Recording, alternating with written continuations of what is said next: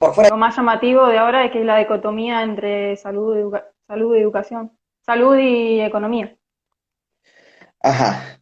A ver, yo creo que lo grave de esa dicotomía, que creo que entrando a la tercera década del siglo XXI no debería existir, es que va a terminar generando dos cosas. O te mata el virus por la propia enfermedad, o te mata la economía por inanición.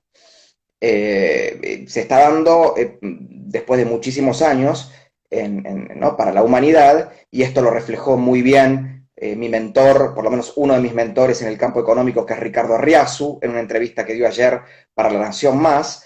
Después de muchas décadas, no, directamente siglos, estamos viviendo la conjunción de dos fenómenos terribles, que son la pandemia, o sea, ¿no? La expansión vertiginosa de un virus que, si bien tiene una tasa de mortalidad muy baja, el nivel de contagio, ¿no? y de rapidez es exponencial, y por otro lado la implosión económica que eso genera.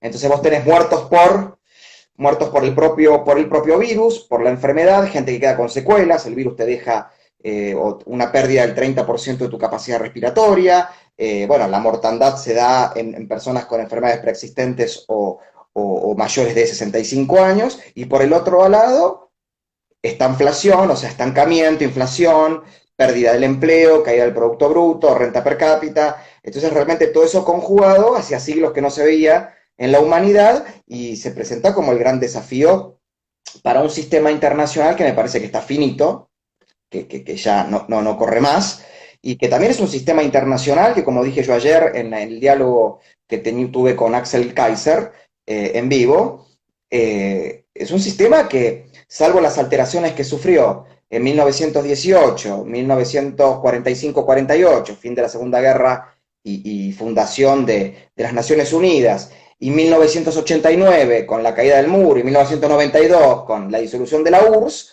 no tuvo más que esos cambios, y sigue inalterable desde la paz de Westfalia en 1500, ¿no? En el siglo XVI.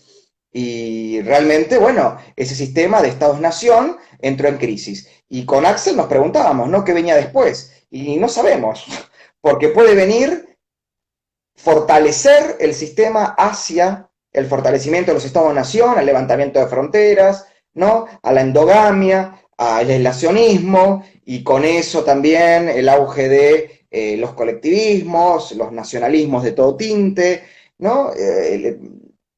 Esta implosión económica, lo que más afecta, y bien lo dijo ayer Ricardo Arriazu, es lo que representa el 80% del Producto Bruto Mundial, que es el comercio, que es el intercambio. Entonces, en una crisis del sistema internacional, de donde no sabemos cuáles van a ser los nuevos actores que lo van a regir, el comercio se va a sentir cada vez más resentido. Y yo siempre grafico algo. En los últimos 60, 70 años, ¿no? Y más en los últimos 30, la ciencia, la tecnología y la economía iban a quinta fondo, mientras que la política a veces no ponía primera. Entonces vos tenés una economía y una ciencia y una tecnología hiperglobalizadas y cada vez más aceleradas en su evolución, y un sistema político que está vetusto, que no, el que se pensó en Bretton Woods, el que se pensó para Naciones Unidas, el proyecto de la Unión Europea, no porque quizás son fallidos por natura, o sea, ya nacieron mal. No, es que todo tiene un final, ¿no? Todo termina, dice la canción. Y bueno, quizás llegó el momento de redefinirnos. Ahora, la gran pregunta es, ¿hacia dónde vamos y quién lo va a liderar? Y en relación a esto de la dicotomía entre economía y salud, mejor dicho, perdón, entre economía o salud, que es gravísima, me parece que justamente si tenemos una pandemia y una implosión económica, los estados-nación y los organismos internacionales tienen que atender las dos cuestiones, ni una ni la otra.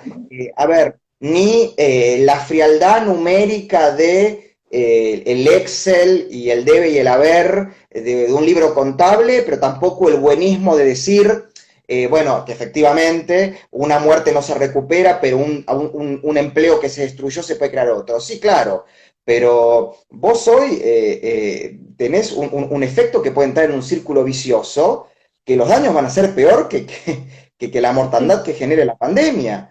Y Ricardo Arriazu, y lo vuelvo a repetir porque no voy a asumir como mías las ideas que él planteaba, él hablaba que la destrucción, ¿no? O la implosión del comercio, del sistema de intercambio, ¿no? El comercio, que es el 80% del Producto Bruto, va a generar ¿qué? Que se destruyan dos cosas, las empresas y los empleos. Entonces, claramente, los estados-nación y quienes dirigen las economías del mundo tienen que plantearse cómo van a rescatar a las personas desde el foco sanitario, o sea, cómo van a contener la pandemia y cómo van a tratar a los que ya están contagiados, pero por el otro lado, cómo van a rescatar a las empresas que son la unidad fundamental para que existan empleos y que las personas al tener empleos tengan niveles de bienestar, ¿no? Como más o menos venimos viviendo con una mejora sustancial los últimos 150 años. Entonces la dicotomía, o sea, apoyarse en esa dicotomía, economía o salud, me parece gravísimo y un error terrible. Repito, después, ¿cuáles son las medidas? Bueno, yo no soy un economista, habrá técnicos que lo sabrán explicar mejor.